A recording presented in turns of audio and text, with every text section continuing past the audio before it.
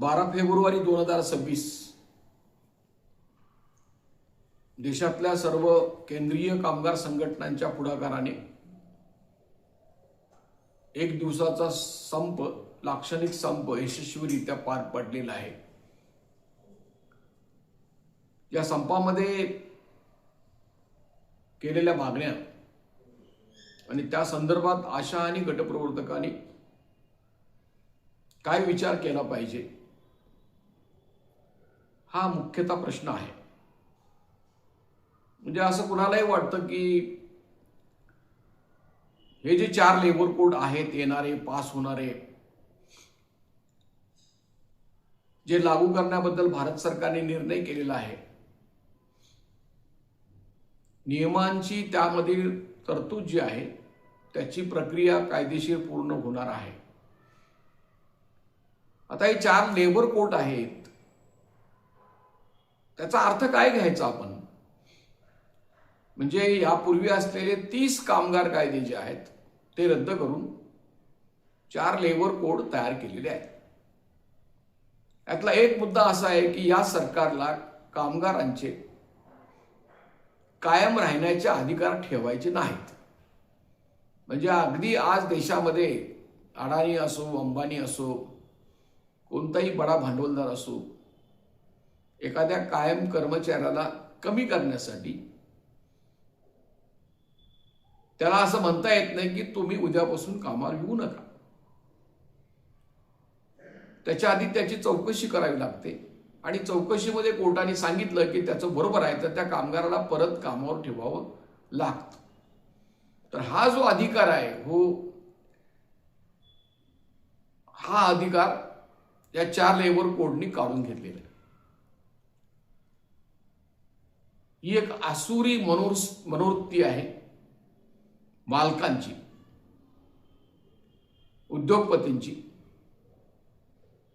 की आम्ही सांगेल त्या कामगारांनी परत जायला पाहिजे। आणि कोणत्या कामगारांनी परत जायला पाहिजे? जो संघटक आहे, युनियनची बांधणी करतो, कामगारांच्या मागण्या करतो,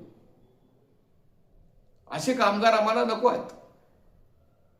तर हे फिक्स टर्म पॉलिसी जी आहे त्याच्यामध्ये याबद्दलची दुरुस्ती केलेली आहे आणि आता मालक म्हणू शकतो कुणालाही तुम्ही घरी जा। आतापर्यंत सुप्रीम कोर्टाचे आदेश काय आहे तर कंत्राटी पद्धतीने, हंगामी पद्धतीने, रोजंदारी पद्धतीने एखादा कर्मचारी जर 2 वर्षापेक्षा जास्त काळ काम करत असेल, विशेषतः जो रिक्त पदावर जर काम करत असेल तर त्याला कायम केलं पाहिजे। आता या निर्णयाच्या संदर्भात हे हक्क काढून घेतल्यामुळे देशातल्या कामगार संघटनांची चळवळ जी आहे ती कमजोर होणार आहे आणि हेच करायचं आहे भारत सरकारला। त्यांना एकतर कामगार वर्गाची ताकद आणि युनियन्स नको आहेत। कामगारांना संघटित करून त्यांची सत्ता उलथवण्याचा प्रयत्न त्या युनियनच्या पक्षांच्याकडून केले जाईल याचा अंदाज असल्याने त्यांचा काटाच कायमचा काढायचा म्हणून हे 4 लेबर कोड आणलेले आहेत। हा एक भाग झाला। दुसरा, आशा, गटप्रवर्तक आणि सगळेच कंत्राटी कर्मचारी, खरं म्हणजे या सर्वांची झूट असणं गरजेचं आहे। या सर्वांच्यावर एक विपरीत परिणाम होणार आहे। म्हणजे या 4 लेबर कोडचं, 4 श्रमसंहितेचं आणखीन दुसरं उद्दिष्ट काय आहे? जे कंत्राटीकरण झालेलं आहे आतापर्यंत ते कायम ठेवायचं आणि अजून जे झालेलं कंत्राटीकरण जे नाही ते आंदोलन करायचं। जसे कामगार निवृत्त होतील तशी नवीन भरती करायची नाही। आता महाराष्ट्रामध्ये सरकारी खात्यामध्ये प्रत्येक खात्यामध्ये सरासरी 50% पेक्षा जास्त पदं रिक्त आहेत। ही पदं भरली जात नाही। त्या रिक्त पदांच्या वरील जो लोड आहे तो कंत्राटी कर्मचारी भरून काढला जातो। तर हे कंत्राटीकरण त्यांना ठेवायचं आहे आणि हे कंत्राटीकरण ठेवण्यासाठी आत्ताचे कायदे रद्द झाले तरच त्यांना ते करता येणं शक्य आहे. त्यामुळे या 4 श्रमसंहिता ज्या आहेत त्या अंमलात येणं म्हणजे सगळ्या कंत्राटी कर्मचाऱ्यांनी आपला आरोग्य खात्यामध्ये कायम होण्याचा हक्क वाहून गेल्याचा प्रकार होणार आहे. म्हणून उदासीन पद्धतीने या प्रश्नाकडे बघता कामा नये. त्याचा आमचा काय संबंध आहे असाही विचार करता कामा नये. तर हे जे केलेलं आहे त्याचा परिणाम हा कायम करण्यासाठी अडथळे येणार आहे.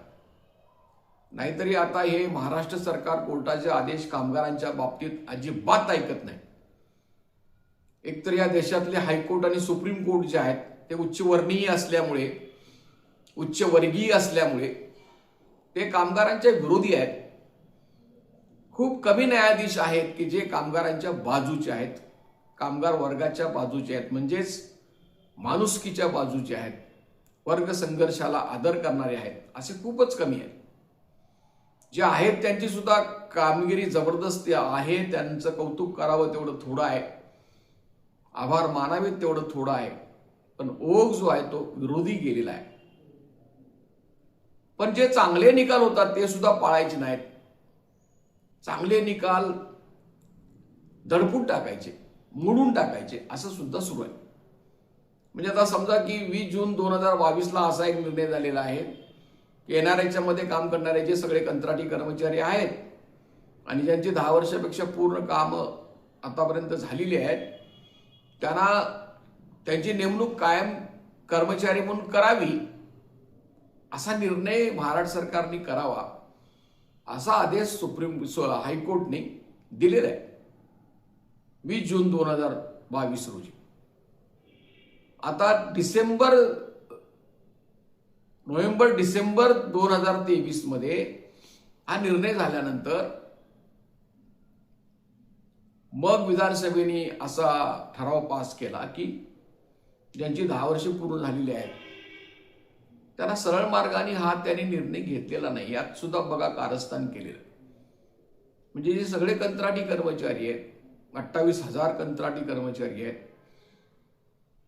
त्या सगळ्यांना कायम करण्याऐवजी त्यातले फक्त 33% आम्ही कायम करणार आणि 67% जे आहेत ते आम्ही नेहमीच्या पद्धतीने करणार.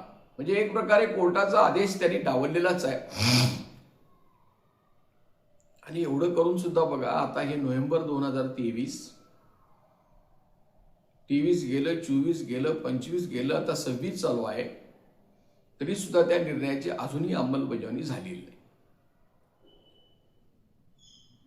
तर याबद्दल गटप्रवर्तकांच्या मागण्याबद्दल मी एक स्वतंत्र मुद्दे मांडणार आहे नंतरच्या व्हिडिओमध्ये.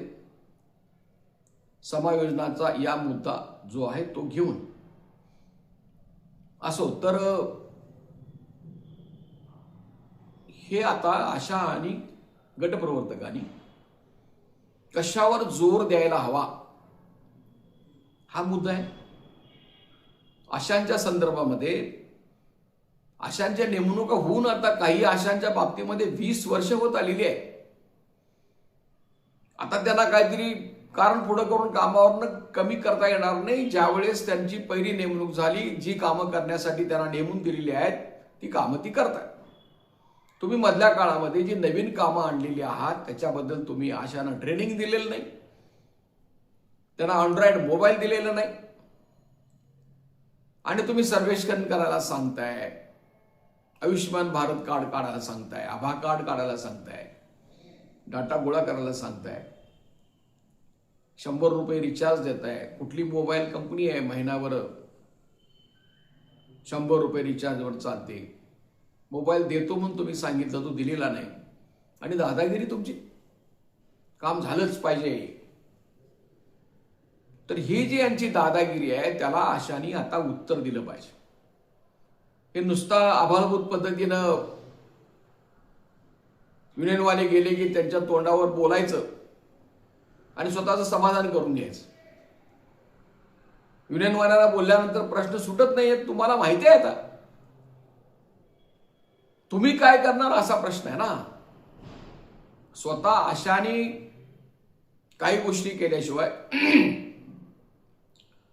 हा मुद्दा संपणार नाही. आमची ठोस मागणी अशी आहे की ऑनलाईन कार्यपद्धतीला आमचा विरोध नाही, ऑनलाईनची सक्ती जी केली जाते त्याला आमचा विरोध आहे. ज्यांना ते काम जमतं त्यांनी करतील, ज्यांना जमत नाही त्यांना तुम्ही शिकवलं पाहिजे. ज्यांना जमत नाही त्यांचं काम ऑनलाईनचं तुम्ही दुसऱ्या कर्मचाऱ्यांच्याकडनं करून घेतलं पाहिजे. हा काय प्रकार आहे भयानक. हे सगळे साहेब खुर्चीवर बसणार आणि आशा आणि गटप्रवर्तक तेवढ्या लोकांच्यात जाणार, सगळी माहिती गोळा करून त्यांना आणून देणार आणि वर आणि तुम्ही धमकी देताय. तर हा जो मुद्दा आहे तो मुद्दा हा जोपर्यंत आशा त्याला विरोध करणार नाही प्रत्येक प्राथमिक आरोग्य केंद्र पातळीवर, तोपर्यंत हा अन्याय संपणार नाही.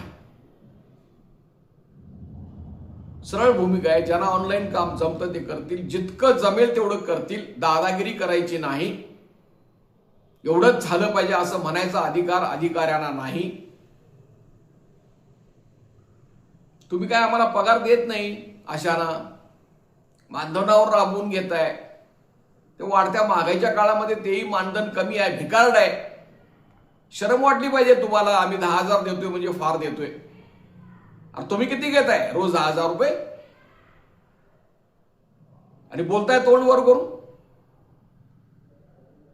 तर हे असं बोलणं हा गुन्हा आहे असं आमचं म्हणणं आहे. आमचं म्हणणं असं आहे की कामावर आधारित मोबदला सोडून सुद्धा 26,000 रुपये मिळाला पाहिजे अशानं.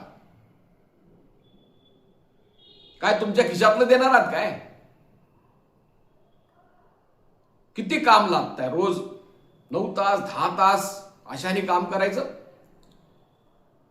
वेबसाईट जाऊन बघा आशांची जबाबदारी काय आहे. आशाचं टायटल देऊन सांगितलेलं आहे,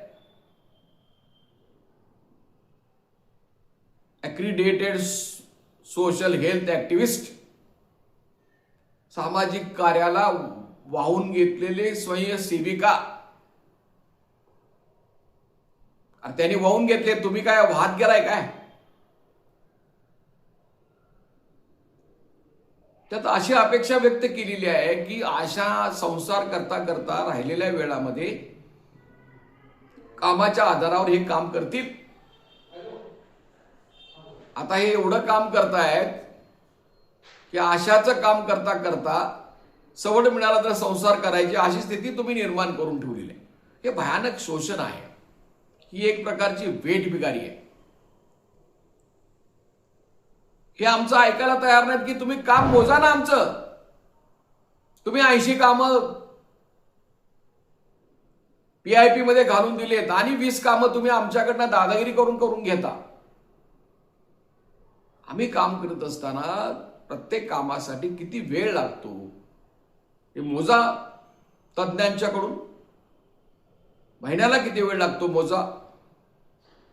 आणि मग आठवड्याला 48 तास काम धरून राहिलेल्या कामाला जो वेळ लागतो त्याला तुम्ही ओव्हर टाइम द्या, नाहीतर काम सांगू नका. हा कायदा आहे. तुमच्या या 4 श्रम संहितेमध्ये सुद्धा तो कायदा आहे. ही 4 श्रम संहिता असं सांगते की तुम्ही आठवड्यातून 48 तास काम करायला पाहिजे फक्त. आणि आमच्याकडे 100 तासापेक्षा जास्त काम करून घेत आहे. तर याला उत्तर असं आहे की प्रत्येक प्राथमिक आरोग्य केंद्रावर एक तुम्ही लक्षात घ्या की आता जगामध्ये एप्स्टीनची फाईलची चर्चा चालू आहे. त्या ट्रम्प पासून ते अनेक मंत्री पुढारी त्याच्यामध्ये अडकलेले आहेत. भारतातले मंत्री सुद्धा अडकलेले आहेत. अल्पवयीन मुलींचा वापर करणे, त्यांचं शोषण करणे, त्यांचं हत्या करणे, त्यांच्यावर बलात्कार करणे, हे सगळं केलेलं आहे. याची चर्चा चालू आहे जगभर. कुणीतरी असं म्हटलं, अरे ते सोडून द्या,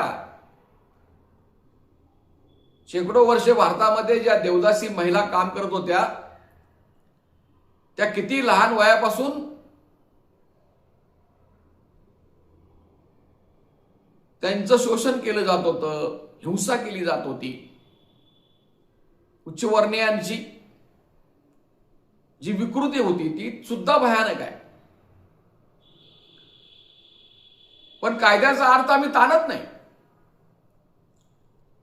भारतामध्ये पॉश नावाचा कायदा आहे, prevention act of sexual harassment. हा कायदा ज्या ठिकाणी 10 पेक्षा जास्त महिला काम करतात तिथे तो कायदा लागू केलाच पाहिजे असं सुप्रीम कोर्टाचे आदेश आहे. या कायद्याचं कलम 4 वाचून बघा. गुगलवर हा कायदा तुम्हाला उपलब्ध आहे. ते कलम 4 असं सांगतं की स्त्री कामगारांना कामावरून काढून टाकण्याची धमकी देणे, जे काम नेमून दिलेले नाही ते काम करून घेण्याचा प्रयत्न करणे, केलेल्या कामाचा मोबदला न देणे,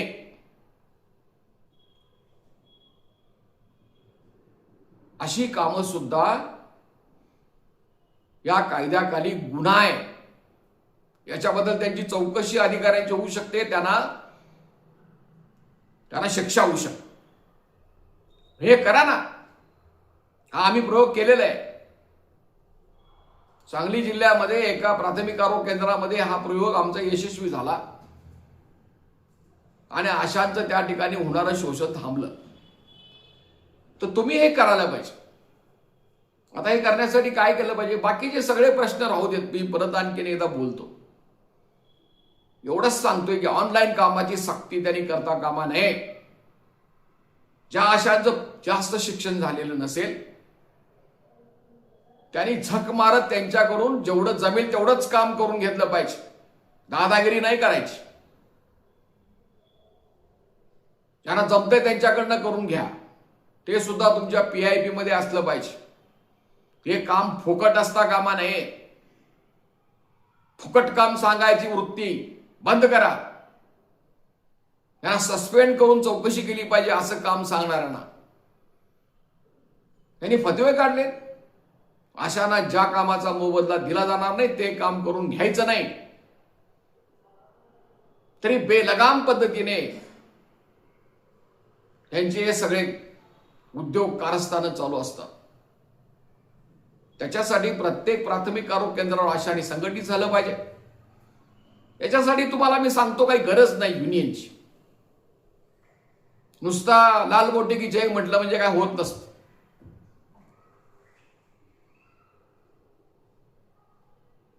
काही असे संधीसाधू पुढारी आहेत की जणू काही मीच सगळं करतोय, काहीच करत नाही, स्वतःला बी जगायला जमत नाही आणि फुशारक्या मारायच्या. यांच्यापासून सावध राहिलं पाहिजे. हे शत्रू आहेत आशांचे. आता हे शस्त्र जे आहे ऑनलाईन कामाचं असो, हे सगळं शोषण जे आहे ते सगळ्या ऑनलाईन पद्धतीनं बांधलं जाते, लक्षात घ्या. आणि त्याला उत्तर हे गावठी पद्धतीनं देऊन उपयोग नाही. आधुनिक पद्धतीनं उत्तर दिलं पाहिजे. तुम्ही तुमचे ग्रुप्स बनवा, त्या ग्रुप्समध्ये आम्हालाही घ्या. शक्य असलं तर घ्याच असं आमचं काय म्हणणं नाही.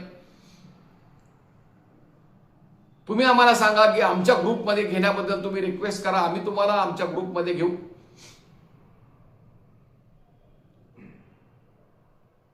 तुम्ही YouTube चॅनल बघताय खरं म्हणजे माझ्या YouTube चॅनलला मी जे भाषण करतो त्याला खूप आशा प्रतिसाद देतात, आपल्या प्रतिक्रिया देतात. मलाच ते शक्य होत नाही उत्तर देणं.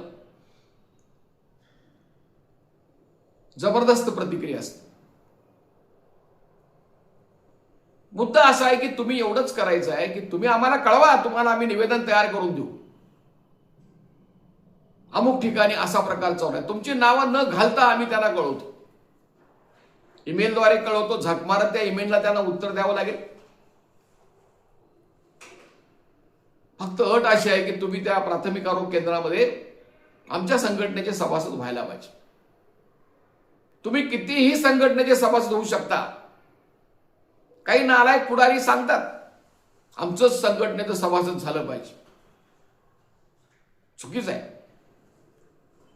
कोणत्याही संघटनेचं तुम्ही सभासद होऊ शकता, एकापेक्षा जास्त युनियनचे सभासद होऊ शकता.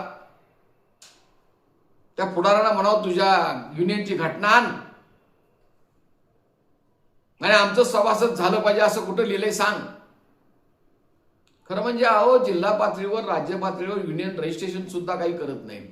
नाव नुसतं घ्यायचं आम्ही 100 वर्ष 125 वर्ष काम करतोय, पण यांचं बँकेत खातं नाही, त्यांचा हिशोब नाही, ऑडिट रिपोर्ट नाही, नुसता थापा मारायचा. हे सुद्धा आता बघितलं पाहिजे. हे काय आम्हाला बोलायचे हाऊस नाही, पण बघितलं पाहिजे. खूप याचा परिणाम होतो. म्हणजे युनियनवाले कोणासाठी काय काम करतात याची एक प्रमाण आहे बघायचं, तपासायचं की तुम्ही कसा आहात. तर त्याच्यामुळे तुम्ही जरूर कळवा की महाराष्ट्रामध्ये कुठल्याही आरोग्य केंद्रामध्ये, प्राथमिक आरोग्य केंद्रामध्ये त्रास होत असेल तर कळवा. हा मूर्खपणा आहे हो. ऑनलाईन कामावर बहिष्कार घाला. मी म्हटलं होतं मागच्या व्हिडिओमध्ये, उधळून लावा. बहिष्कार घाला आणि उधळून लावला याच्यामध्ये फरक आहे. तुमची दादागिरी बंद झाली पाहिजे. तुम्ही ट्रेनिंग घ्या, समजावून सांगा. कारवाईची धमकी देण्याचा प्रयत्न करता कामा नये. समजून घेतलं पाहिजे आणि याच्यासाठी तक्रार केली पाहिजे. तर आम्ही तुम्हाला निवेदन तयार करून देऊ ज्या त्या प्राथमिक आरोग्य केंद्रामध्ये आणि तो प्रश्न सोडू. नंबर 1. नंबर 2, आशाने आता हे समजून घेतलं पाहिजे की त्या आता 40 वर्षाच्या वरपर्यंत आलेल्या आहेत. बऱ्याच नवीन नेमणुका सोडून द्या. म्हणजे त्यांना आता निवृत्त होत असताना काय अधिकार मिळाले पाहिजेत हे तुम्ही समजून घ्या. तुम्हाला ग्रॅज्युटी मिळाली पाहिजे निवृत्त झाल्यानंतर. ग्रॅज्युटी म्हणजे काय की जितकी वर्ष तुम्ही काम केले असाल, शेवटचा जेवढा तुमचा पगार असेल तेवढं प्रत्येक 15 दिवसाला वेतन मिळालं पाहिजे. गुणिले इतकी वर्षे, 15 गुणिले इतकी वर्ष ग्रॅज्युटी मिळाली पाहिजे. उपदान त्याला म्हणतात. नंबर 2, तुम्हाला प्रॉव्हिडंट फंड योजना सुरू झाली पाहिजे. नंबर 3, आता त्यांनी पेन्शन जाहीर केलं पाहिजे तुम्हाला की 60 वर्षानंतर तुम्हाला ते किती पेन्शन देणार आहे. आम्ही म्हणतो 5,000 द्यायला पाहिजे. आणि 4थं जे आहे ते ESIC ही योजना तुम्हाला लागू झाली पाहिजे. आणि हे जे आहे हे नुसतं मोर्चे काढून बोंबाबोंब करून मिळणार नाही. संघर्ष. उदाहरण तुम्हाला मी सांगतो. अंगणवाडी महिलांचे खूप मोठे संघर्ष झाले, संप झाले, दिल्लीला सुद्धा झाले. पण गुजरात मधल्या एका स्वयंसेवी संस्थेमार्फत, युनियन नव्हे, अंगणवाडी बायांच्या ग्रॅज्युएटीचा प्रश्न लावून धरला आणि तो सुप्रीम कोर्टापर्यंत चालवला. तर हीच बोंब सरकारची, भारत सरकारची. मग काय ह्या स्वयंसेवी आहेत, यांचा आमचा काय संबंध नाही, त्या कामाच्या मोबदल्यावर काम करतात, यांना कामगार कायदे लागू नाहीत, हीच बोंबाबोंब त्यांनी केली. सुप्रीम कोर्टानं सरकारला सुनावलं हे असलं तुमचं चालणार नाही. ते काम करत आलेले 1975 सालापासून दररोज काम करतात. तुम्ही त्यांना मानधन देता आणि त्यांना ग्रॅज्युटी देता येणार नाही असं म्हणता येणार नाही. तुम्ही ग्रॅज्युटी द्या. आता हा निर्णय होऊन सुद्धा वर्ष झालेला आहे, परंतु त्याची प्रोसेस अजून पूर्ण झालेली नाही. हे कोर्टाचे आदेश सुद्धा पाळायचे नाहीत. पण एक लक्षात घ्या की कोर्टाचा निर्णय, हायकोर्टचा आणि सुप्रीम कोर्टाचा हा नवीन कायदाच असतो. तो सरकारला पाळावाच लागतो, नाही म्हणता येत नाही. आणि यासाठी निवृत्त झालेल्या आशाने आमच्याशी संपर्क करा. त्यांच्या हायकोर्टमध्ये केसेस घातल्या पाहिजेत की आता मी निवृत्त झालेला आहे, मला ग्रॅज्युटीची रक्कम द्या, मला पेन्शन द्या.